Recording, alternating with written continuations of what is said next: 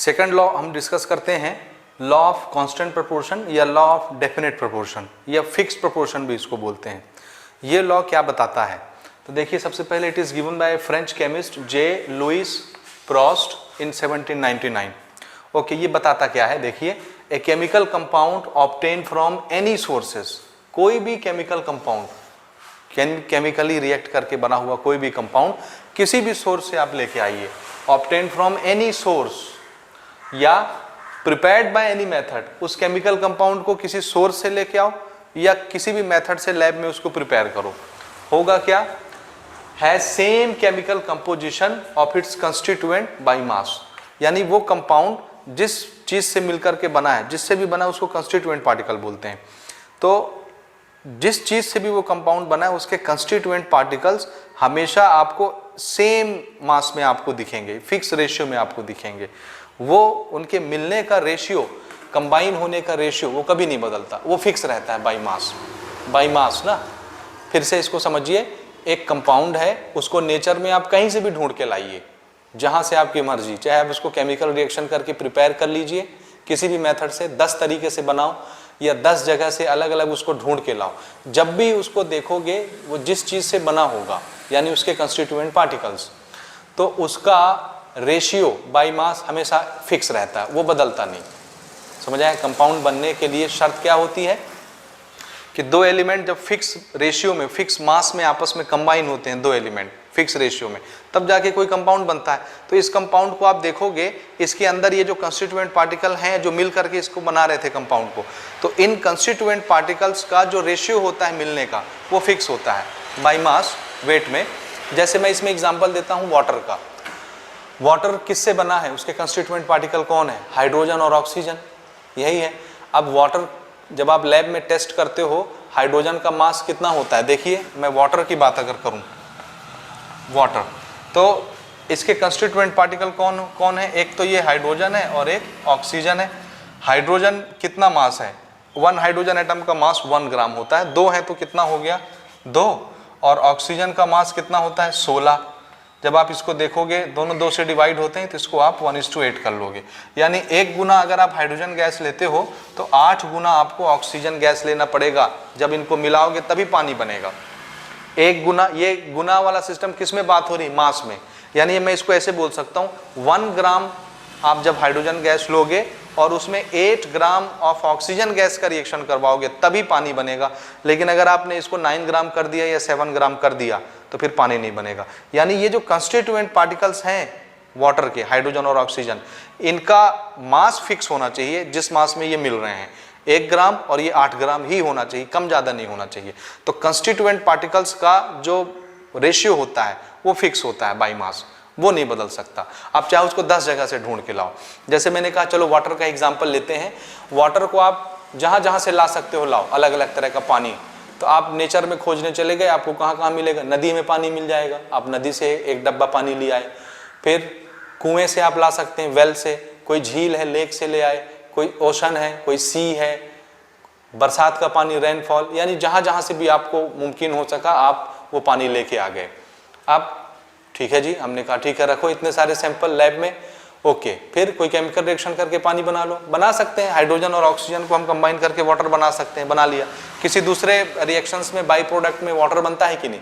जैसे आप लोग पढ़ते हो न्यूट्रलाइजेशन का रिएक्शन, 10वीं में पढ़ा आपने, एसिड और बेस को कंबाइन करो तो क्या बनता है? सॉल्ट प्लस वाटर, तो उसमें भी वाटर बनता है। एक एसिड ले लो, कोई भी एसिड, जैसे एसिड का नाम कोई भी, आप H2SO4 ले लो, HCl ले लो, एसिड ही है, उसको किसी भी बेस के साथ कंबाइन कर दो, NaOH के साथ कंबाइन कर दीजिए, आप देखोगे NaCl बन गया। जैसे मैं बोलता हूँ एसिड में ले रहा हूँ HCl, हाइड्रोक्लोरिक एसिड, ठीक है, और हमने एक बेस लिया सोडियम हाइड्रोक्साइड NaOH, कंबाइन करो। कंबाइन करोगे तो क्या बनेगा कि NaCl सॉल्ट बनेगा और H2O वाटर बन जाएगा। वाटर बना, यानी किसी भी केमिकल रिएक्शन को करके आप वाटर बना सकते हो। बहुत सारे मेथड है वाटर बनाने के। As a by product water बहुत सारे रिएक्शंस में प्रिपेयर होता है। तो वाटर बना, चलो ले आओ, 2 4 10 तरीके से केमिकल रिएक्शन कर लो, 10 तरीके से पानी बना लो और वो 10 सैंपल लेके आओ अपने लैब से। या कोई और आप केमिकल मेथड जानते हैं वाटर बनाने का, उसको भी लेके आइए। सब हमने सैंपल 10-12 सैंपल ऐसे लैब में रख लिए। अब चलो हर वाटर के अंदर हम चेक करेंगे कि ये जिससे बना है उसके कंस्टिट्यूएंट पार्टिकल कौन, हाइड्रोजन ऑक्सीजन, इनका रेशियो क्या क्या है, कितने कितने मास में है हर सैंपल के अंदर। तो आप जितने सैंपल को देखोगे हर सैंपल के अंदर आपको हाइड्रोजन और ऑक्सीजन यानी उसके कंस्टिट्यूएंट पार्टिकल का रेशियो क्या मिलेगा, 1:8। तो आप चाहे एक केमिकल कंपाउंड को दुनिया के हजारों तरह के सोर्सेज से लेके आओ और जब भी आप उसके कंस्टिट्यूएंट पार्टिकल पर नजर मारेंगे तो वो हमेशा फिक्स रेशियो में ही मिले हुए मिलेंगे, 1:8। समझ आया?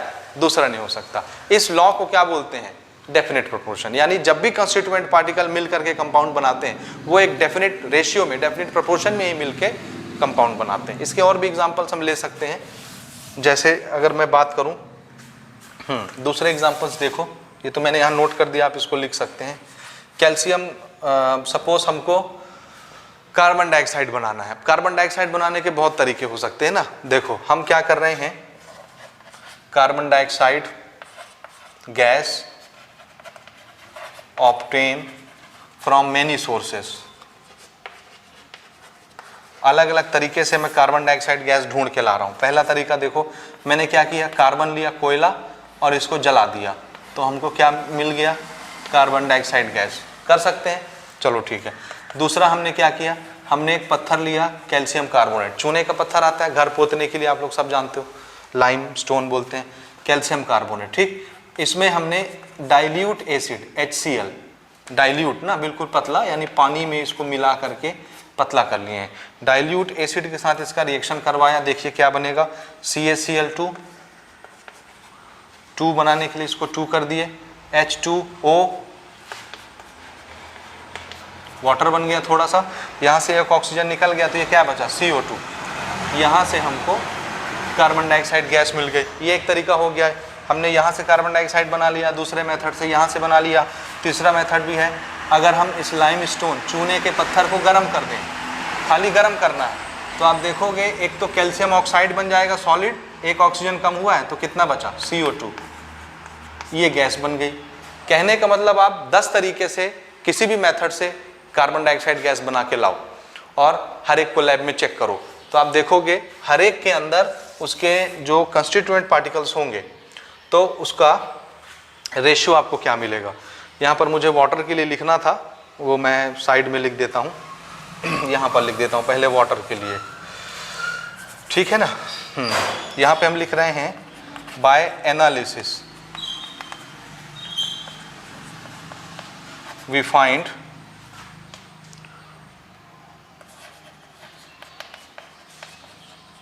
constituents of water is always combined in a fixed ratio, और वो रेशियो क्या है, 1:8 बाई मास, ये हाइड्रोजन और ऑक्सीजन का रेशियो, ठीक है, 1:8 बाई मास। सिमिलरली हमने इसको ऑब्जर्व किया, so by analysis of CO2 we get, carbon का एटॉमिक मास कितना होता है, 12, और एक ऑक्सीजन का 16 होता है, 2 ऑक्सीजन है इसलिए 32। किसी को भी आप कहीं से भी ढूंढ के लाइए, हर बार आप देखोगे कि कार्बन और ऑक्सीजन इनका हमेशा रेशियो कैसा रहेगा, 12:32, फिक्स रहेगा, ये बदलेगा नहीं, चाहे आप कहीं से भी ढूंढ के लाओ। ये है सेकंड लॉ। तो उम्मीद है ये सेकंड लॉ आपको समझ में आ गया होगा।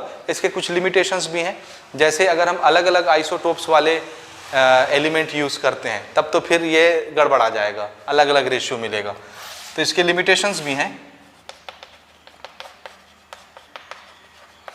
लिमिटेशंस जैसे देखो, अगर हम डिफरेंट आइसोटोप्स यूज़ करते हैं, डिफरेंट आइसोटोप्स अगर मैं यूज़ करता हूँ, डिफरेंट आइसोटोप्स बोले तो एटॉमिक नंबर तो सेम होता है लेकिन उसका मास अलग अलग होता है। जैसे मैंने आपको बोला भी, कार्बन डाइऑक्साइड की बात चल रही थी ना, कार्बन हमारे नेचर में एक तो 12 मास वाला मिलता है और दूसरा 14 मास वाला मिलता है। तो अगर मैं 12 मास वाले कार्बन से कार्बन डाइऑक्साइड का रेशियो चेक करूंगा, यानी इसके कंस्टिट्यूएंट पार्टिकल का, तब तो आपको कार्बन का और ऑक्सीजन का रेशियो 12:32 मिलेगा। लेकिन अगर आप ऐसा कार्बन डाइऑक्साइड गैस लेके आए हो जो कौन से कार्बन से बना है, 14 मास वाले कार्बन से, तो उसमें कंस्टिट्यूएंट पार्टिकल का रेशियो आपको क्या मिलेगा, कार्बन का मिलेगा 14 और ऑक्सीजन का 32। तो यहाँ पे देखो ये रेशियो अलग और ये रेशियो अलग। ये किस चीज का रेशियो है, कार्बन डाइऑक्साइड के कंस्टिट्यूएंट पार्टिकल का रेशियो जिससे वो बना है। तो ये रेशियो बदल गया, ये बदल गया तो ये लॉ फेल हो गया। अब ये फिक्स रेशियो में नहीं है ना कार्बन डाइऑक्साइड, अलग अलग आइसोटोप वाला कार्बन डाइऑक्साइड ले आओगे तो उसके कंस्टिट्यूएंट का रेशियो भी बदल जाता है। लेकिन अगर आप आइसोटोप चेंज करते हो तब बदलता है, नहीं चेंज करोगे तो ये सेम रहेगा। इसी तरह से और भी दूसरे एग्जाम्पल्स हो सकते हैं, जैसे हाँ, अगर हम ऑर्गेनिक कंपाउंड की तरफ देखें, ऑर्गेनिक कंपाउंड देखो ना, ऑर्गेनिक कंपाउंड, जैसे एक अल्कोहल लेते हैं हम C2H5OH और एक कीटोन ले लेते हैं CH3OCH3। ये सब नॉमेनक्लेचर आप लोग आगे चल के 12वें चैप्टर में सीखोगे तो घबराना नहीं ना। ये अल्कोहल है, इथाइल अल्कोहल, और ये कीटोन है, ठीक है, ओके। जब इनका आप मॉलिक्यूलर फार्मूला देखोगे, मॉलिक्यूलर फार्मूला,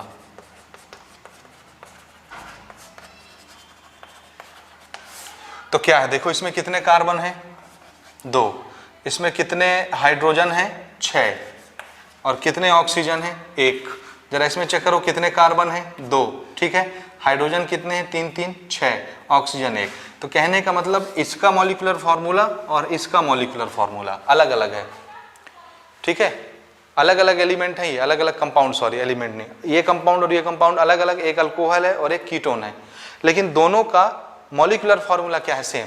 यानी 2 ही कार्बन इसमें मिले हैं, 6 ही हाइड्रोजन मिले हैं, 1 ही ऑक्सीजन मिला है, लेकिन 2 अलग अलग तरह के कंपाउंड बन गए। अगर 2 अलग अलग तरह के कंपाउंड बन गए तो इसका रेशियो इसका रेशियो अलग अलग हो गया।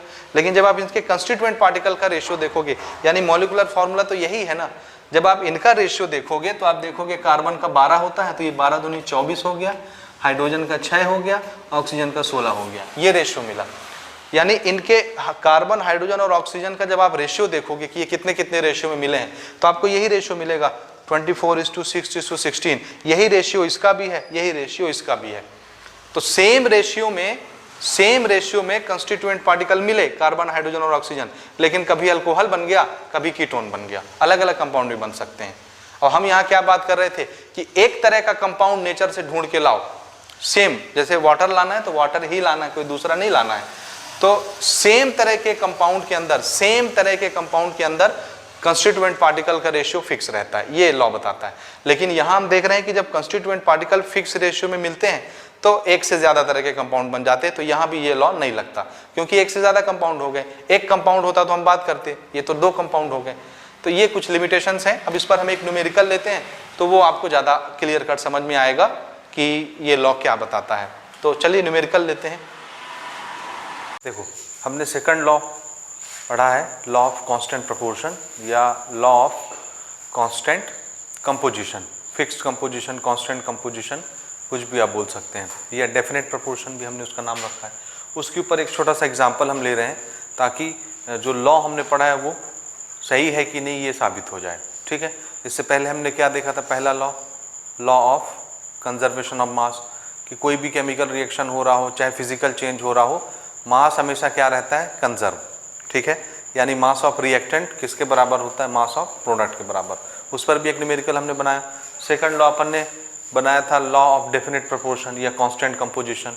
उसमें क्या था, उसकी थ्योरी क्या है कि किसी भी एक कंपाउंड को आप नेचर में से कहीं भी अलग अलग सोर्स से लेके आइए, एक कंपाउंड, जैसे मैंने वाटर का एग्जांपल दिया था, 10 जगह से आप वाटर लेके आइए, वो वाटर जिस कंस्टिट्यूएंट पार्टिकल से मिलकर के बना है, यानी हाइड्रोजन और ऑक्सीजन, आप 10 जगह से वाटर लेके आइए, हर एक वाटर के अंदर हाइड्रोजन और वाटर का हाइड्रोजन और ऑक्सीजन का रेशियो कैसा रहता है, सेम रहता है, बाई मास, जो भी मास में वो कंबाइन होते हैं, कहीं से भी वाटर लेके आइए। इसी तरह मैंने कार्बन डाइऑक्साइड आपको बताया, 100 जगह से कार्बन डाइऑक्साइड बना के लाइए, आप अलग अलग सोर्स से लेके आइए, लेकिन हर कार्बन डाइऑक्साइड के अंदर आप देखोगे कार्बन और ऑक्सीजन का रेशियो कैसा रहता है, बाई मास फिक्स रहता है, वो नहीं बदलता। तो उसी पर हम एक क्वेश्चन लेते हैं, सिंपल क्वेश्चन। इसमें हमने 3 पार्ट किए इसके, A B C, तीनों पार्ट में देखो क्या बना रहे हैं और कैसे इसको साबित करना है। कॉपर ऑक्साइड, क्वेश्चन देखो पहला line, copper oxide was prepared, क्या प्रिपेयर कर रहे हैं हम, कॉपर ऑक्साइड। कॉपर ऑक्साइड का फॉर्मूला क्या होता है, ये CuO, this is copper oxide. Solid होता है, किसी भी चीज का ऑक्साइड आप बनाइए वो सॉलिड ही रहेगा, हमेशा याद रखना। ऑक्सीजन के साथ रिएक्शन करना यानी उसको जला देना, ऑक्सीजन के साथ रिएक्शन करना मतलब जला देना, तब जाके ऑक्साइड बनता है। और ऑक्साइड हमेशा कैसा रहता है, सॉलिड। समझ आया या नहीं आया, हाँ ये याद रखिएगा ना। अब देखिए हम क्या प्रिपेयर कर रहे हैं, copper oxide was prepared by the following method. 3 अलग अलग मेथड से कॉपर ऑक्साइड प्रिपेयर कर रहे हैं। जैसे मैंने कहा था वाटर को 3 अलग अलग जगह से लेके आओ, ठीक है। जब आप 3 अलग अलग जगह से वाटर को लेके आओगे और वाटर के अंदर उसके कंस्टिट्यूएंट पार्टिकल्स का रेशियो देखोगे, हाइड्रोजन ऑक्सीजन, दूसरे में भी हाइड्रोजन ऑक्सीजन, तीसरे में भी हाइड्रोजन ऑक्सीजन, तो हर एक में कैसा मिलेगा, उनका रेशियो सेम मिलेगा। इसी तरह से कॉपर ऑक्साइड को हम 3 अलग अलग मेथड से बना रहे हैं और इसके कंस्टिट्यूएंट पार्टिकल कौन कौन होंगे। कॉपर ऑक्साइड किससे मिलकर के बना है, एक कॉपर से और एक ऑक्सीजन से, ये और ये आया समझ। तो इन 2 एलिमेंट से मिलकर के बना है कॉपर ऑक्साइड, कॉपर और ऑक्सीजन से। तो हर बार किसी भी मेथड से आप बनाइए, किसी भी कॉपर ऑक्साइड को आप देखोगे, किसी भी मेथड वाले कॉपर ऑक्साइड को, हमेशा कॉपर और ऑक्सीजन का रेशियो कैसा रहेगा, सेम रहेगा, बाई मास। समझ आ रहा है, तीनों में हम देखेंगे एक जैसा रेशियो आएगा। क्लियर, क्वेश्चन समझ में आया। अब पहला अपन केस लेते हैं, देखो कि इसको हम कॉपर ऑक्साइड को हमने कैसे प्रिपेयर किया, क्या करके। तो देखो in first case 1.7 gram of metal, who is metal in copper oxide, copper. तो मेटल क्या है, कॉपर। कितना कॉपर लिए, 1.75 gram of copper were dissolve in nitric acid. तो हम थोड़ा सा कॉपर लिए, कितना, 1.75 ग्राम कॉपर, और इसको किस में डिजॉल्व कर दिए, नाइट्रिक एसिड। नाइट्रिक एसिड का फॉर्मूला आता है आपको, अगर ये सिचुएशन देख के अगर आपको समझ आता है तो आप केमिकल रिएक्शन भी लिख सकते हैं। जैसे यहाँ पर मैं केमिकल रिएक्शन लिख रहा हूँ ना, एक आध का मैं लिख देता हूँ, बाकी आपको समझ में आ जाएगा, ठीक है। इन फर्स्ट केस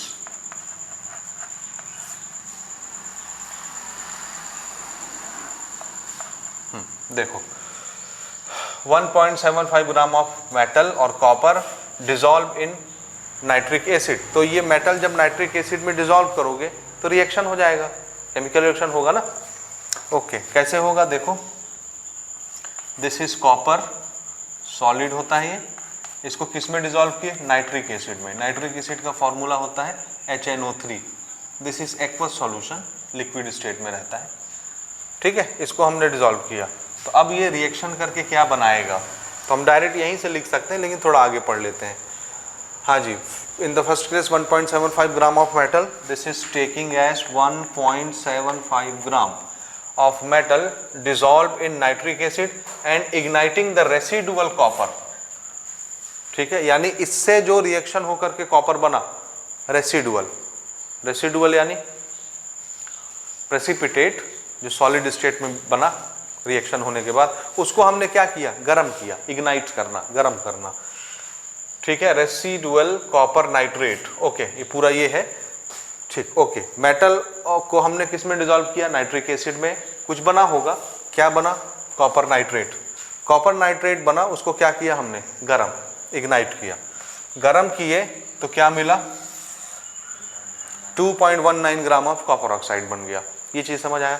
तो देखो जैसे ही मेटल को नाइट्रिक एसिड में डिजॉल्व करेंगे, क्या बनेगा, एज ए रेसिडुअल यानी प्रेसिपिटेट सॉलिड फॉर्म में, कॉपर नाइट्रेट। तो देखो बनाते हैं, this is copper, this is nitrate, so this will form copper nitrate, ठीक है। और ये हाइड्रोजन है, तो हाइड्रोजन अलग हो जाएगा,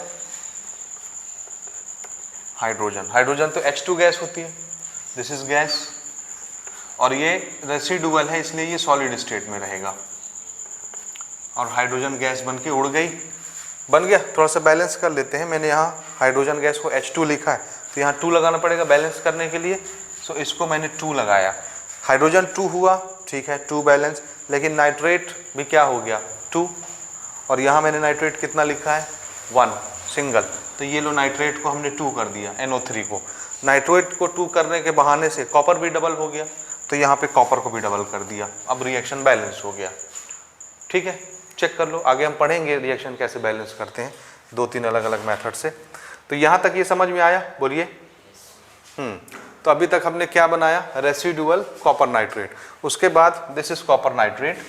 इस कॉपर नाइट्रेट को क्या करना है, अब अगले स्टेप में गर्म करना है, और गर्म करने से ये क्या दे देगा, कॉपर ऑक्साइड। कितना कॉपर ऑक्साइड देगा, हाँ, तो अगले स्टेप में हमको क्या करना है, कॉपर नाइट्रेट, इसको क्या करना है, गरम, और ये हमको क्या देगा, कॉपर ऑक्साइड, और क्या बच गया,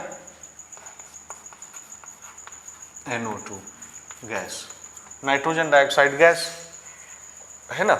और ये कॉपर ऑक्साइड, ऑक्साइड हमेशा कैसा रहता है, सॉलिड। ठीक है, कितना मिला कॉपर ऑक्साइड, 2.19 ग्राम, 2.19 ग्राम हो गया जी। रिएक्शन आ रहा है समझ के, नहीं आ रहा, आ रहा, ओके।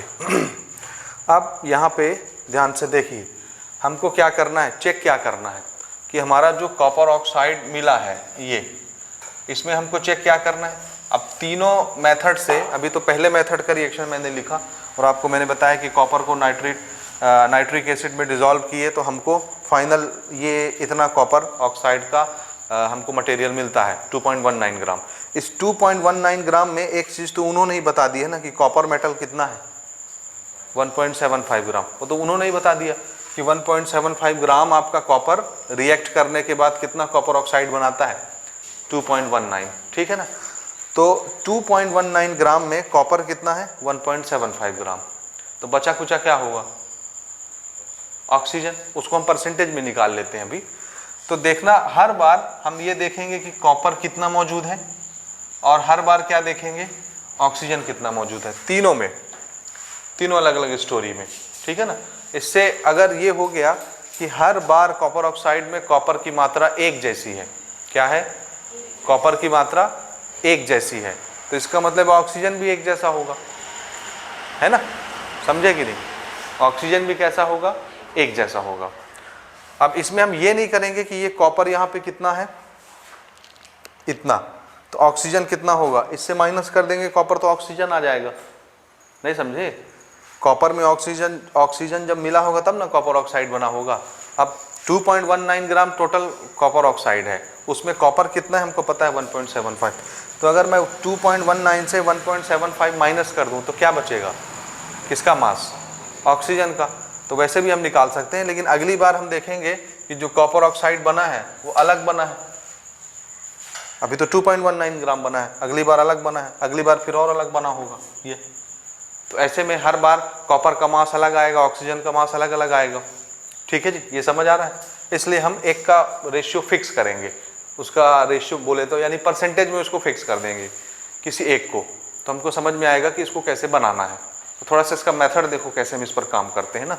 तो पहला केस देखिए, हमको निकालना है हर बार कि कॉपर और ऑक्सीजन फिक्स रेशियो में रहते हैं। ठीक है, चलिए इधर लेते हैं। अभी हमारा पहला केस चल रहा है ना, देखो कैसे करना है। हम ये बोलेंगे कि 2.19 ग्राम कॉपर ऑक्साइड में कितना कॉपर मौजूद है, 1.75 ग्राम कॉपर मौजूद है ना, ध्यान से देखना। 2.19 ग्राम, शॉर्टकट में लिखते हैं, कॉपर ऑक्साइड कंटेन कॉपर। हाँ जी बोलिए। 2.19 ग्राम कॉपर ऑक्साइड कितना कॉपर कंटेन करके रखता है अपने अंदर, 1.75 ग्राम। ये ठीक है।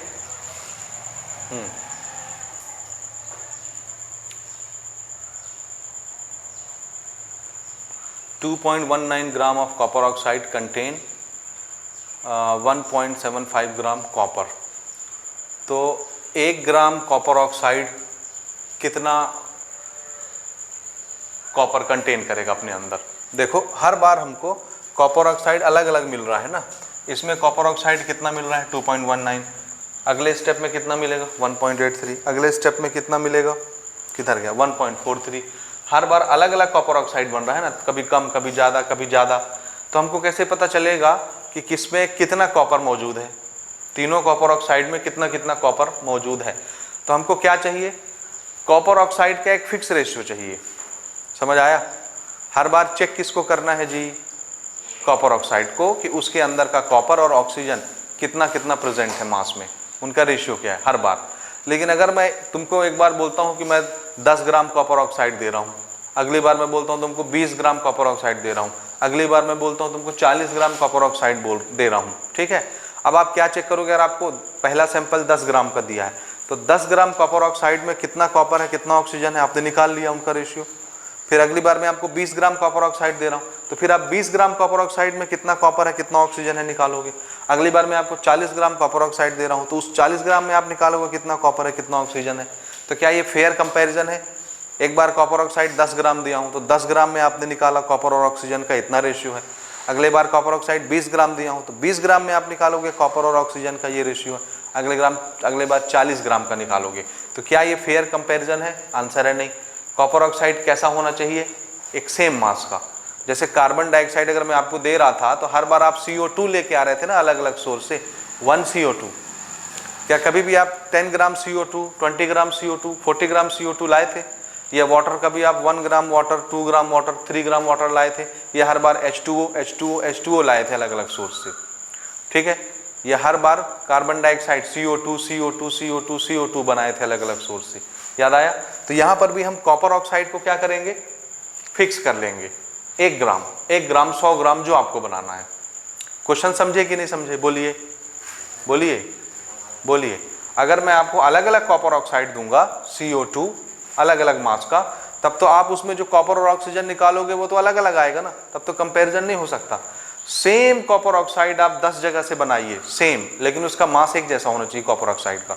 उसके बाद आप उसमें चेक कीजिए कि कितना कॉपर है कितना ऑक्सीजन है, तब आपको पता चलेगा कि हर एक कॉपर ऑक्साइड के अंदर कॉपर और ऑक्सीजन का रेशियो कैसा रहता है, सेम रहता है, ठीक है। तो अभी हमारे पास कॉपर ऑक्साइड कितना है, 2.19 ग्राम।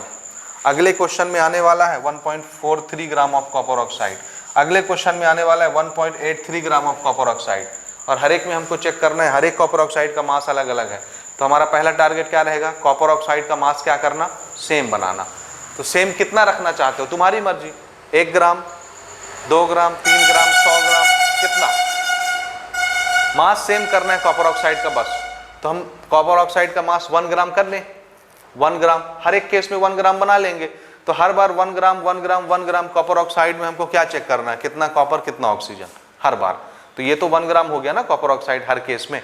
तो अब फेयर कंपैरिजन होगा कि 1 ग्राम कॉपर ऑक्साइड में पहले मेथड से जो आपने बनाया 1 ग्राम कॉपर ऑक्साइड, उसमें कितना कॉपर है कितना ऑक्सीजन है। दूसरे मेथड से जो आपने 1 ग्राम का कॉपर ऑक्साइड बनाया उसमें कितना कॉपर कितना ऑक्सीजन। तीसरे मेथड में भी 1 ग्राम का कॉपर ऑक्साइड आया है तो उसमें कितना कॉपर है कितना ऑक्सीजन है, आ जाएगा, ठीक है। तो इसको कितना बना लें, 1 ग्राम 100 ग्राम जो तुम्हारी मर्जी। 1 ग्राम बनाने का तरीका क्या है, 2.19 ग्राम कॉपर ऑक्साइड में कितना कॉपर है, 1.75 ग्राम। तो इसको 1 ग्राम बनाना है तो क्या करना पड़ेगा, इसके सामने ये नंबर मल्टीप्लाई में है, अगर इसको मैं इक्वल की उधर भेज दूं तो यहाँ क्या बचेगा, 1 gram. Therefore 1 gram copper oxide contain copper, कितना, इतना ग्राम। आ रहा समझ, इधर ये मल्टीप्लाई में है ना, उधर जाएगा तो डिवाइड, और ये नंबर जब चला गया तो यहाँ क्या बचा, 1 ग्राम। तो 1 ग्राम कॉपर में इतना, अगर जरूरत पड़ेगी 100 से मल्टीप्लाई कर देंगे दोनों तरफ, ये 100 ग्राम हो जाएगा। तो हर बार हम 100 ग्राम का सैंपल ले रहे हैं कॉपर ऑक्साइड का, ठीक है जी, ये समझ आया। इसको आपको सॉल्व करना है और ये आप मुझे बताएंगे, ठीक, ओके। अब हम दूसरे केस में आते हैं, सेकंड केस। सेकंड केस में देखो क्या करना है, 1.14 ग्राम ऑफ मेटल यानी copper, 1.14 gram of copper dissolve in nitric acid. Same situation है, अब की बार भी हम जो कॉपर ऑक्साइड बना रहे हैं वो कैसे बना रहे हैं, कॉपर को किस में डिसॉल्व करके, नाइट्रिक एसिड में। जैसे यहाँ बनाए थे, कॉपर को नाइट्रिक एसिड में डिसॉल्व करके रिएक्शन करवाए थे इस तरह का, ठीक है जी, आ रहा है, ओके। तो अब की बार हम कॉपर कितना ले रहे हैं, हाँ पहले कितना लिए थे 1.75, अब ले रहे हैं 1.14 gram of copper dissolve in nitric acid were precipitated. Precipitate और रेसिडुअल एक ही चीज है, है ना, लैंग्वेज अलग अलग यूज कर रहे हैं। हाँ, लेकिन इसमें जो प्रेसिपिटेट बना था वो क्या बना था, कॉपर नाइट्रेट, और यहाँ कौन सा प्रेसिपिटेट बन रहा है, कॉपर हाइड्रोक्साइड, CuOH या CuOH2 बोल दीजिए कॉपर हाइड्रोक्साइड को। ओके, रिएक्शन लिखने की जरूरत नहीं है ना। ये देखो कॉपर को हमने किस में मिलाया, नाइट्रिक एसिड में, तो पहले केस में क्या बना था, कॉपर नाइट्रेट। दूसरे केस में क्या बोलता है, कॉपर को नाइट्रिक एसिड में मिलाओ, क्या बनेगा, कॉपर हाइड्रोक्साइड बना। ऐसे रेसिडुअल या प्रेसिपिटेट, इस प्रेसिपिटेट को फिर से गर्म किए होंगे तो क्या मिल गया होगा, कॉपर ऑक्साइड।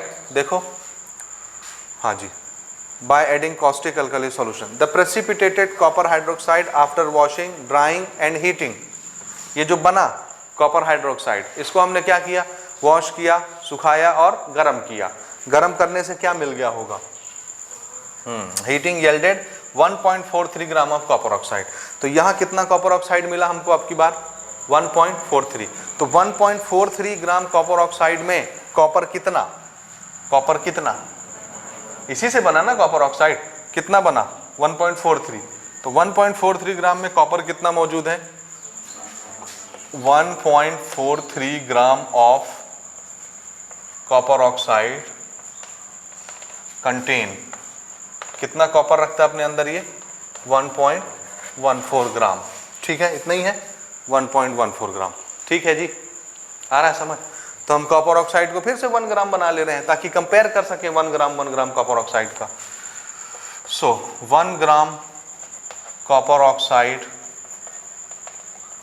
कंटेन कॉपर,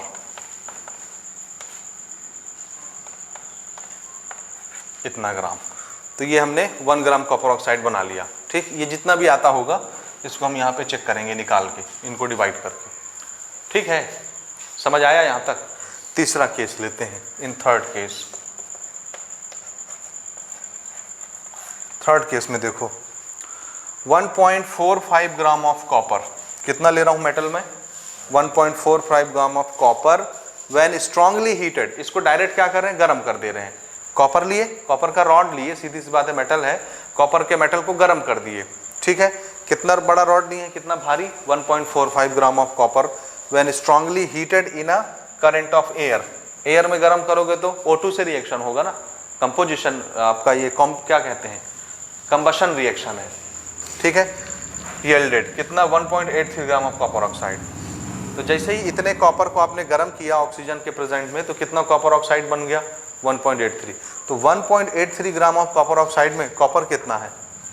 ठीक है, तो इसको भी लिख लेते हैं, 1.83 ग्राम ऑफ कॉपर ऑक्साइड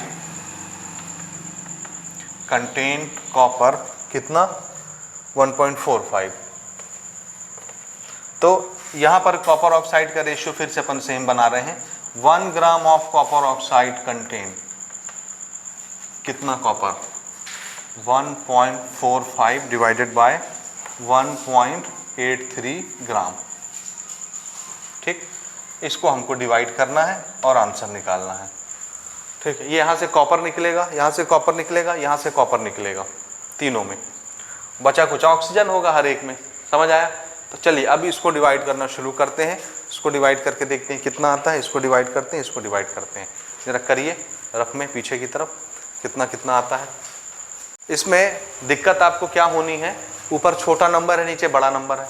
जब भी छोटे नंबर से बड़ा नंबर से डिवाइड करते हैं, छोटे नंबर को बड़े नंबर से डिवाइड करते हैं, आंसर हमेशा 1 से छोटा आता है, यानी 0 पॉइंट समथिंग आएगा। तो हर बार आपको 0 point something 0 point something 0 point something answer मिलेगा। ठीक है, तो आपको समझ नहीं आएगा। तो मैंने क्या किया, मैं इसको 1 ग्राम फिक्स किया हूँ, 1 ग्राम कॉपर ऑक्साइड को। आप इसको 100% कर लीजिए, 100 ग्राम कर लीजिए, तो इसको 100 से मल्टीप्लाई कर दीजिए, उधर भी 100 से मल्टीप्लाई हो जाएगा। तो 100 से जब ऊपर मल्टीप्लाई करोगे तो ये 173 हो जाएगा, नीचे ये 2.2 ही है। समझ रहे हो, ऊपर बड़ा नंबर नीचे छोटा नंबर हो जाएगा, तो इजीली डिवाइड कर सकते हैं आप। तो एक स्टेप बल्कि आप और बढ़ा लो, इसको कितना बना लो, 100 ग्राम। तो इसमें भी 100 का मल्टीप्लाई हो जाएगा। ये हाँ, अब इसका आंसर आप लिख सकते हो। इसको भी बना लीजिए सेम 100 ग्राम।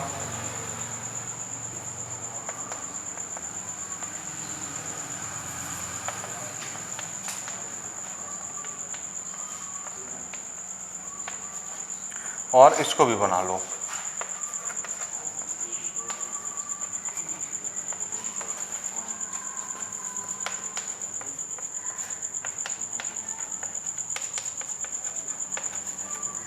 अब करो डिवाइड, कितना आया?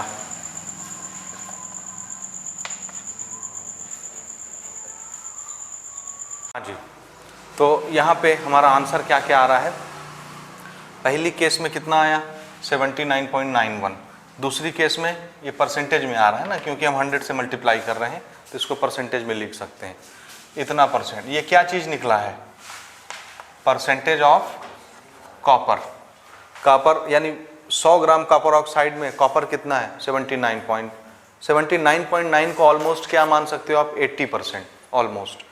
अगले केस में 100 ग्राम कॉपर ऑक्साइड में कितना परसेंट है कॉपर का? 79.7, ये भी अप्रॉक्सीमेटली 80% है। अगली केस में फिर से परसेंटेज ऑफ कॉपर कितना आया? 79.7, ये भी अप्रॉक्सीमेटली कितना है? 80% है ना। डेसिमल के बाद के डिजिट उतने ज़्यादा इफेक्टिव नहीं रहते, तो आप उसका अप्रॉक्सीमेटली इमेजिन कर सकते हो। समझ में आया ये या नहीं आया? आया ना।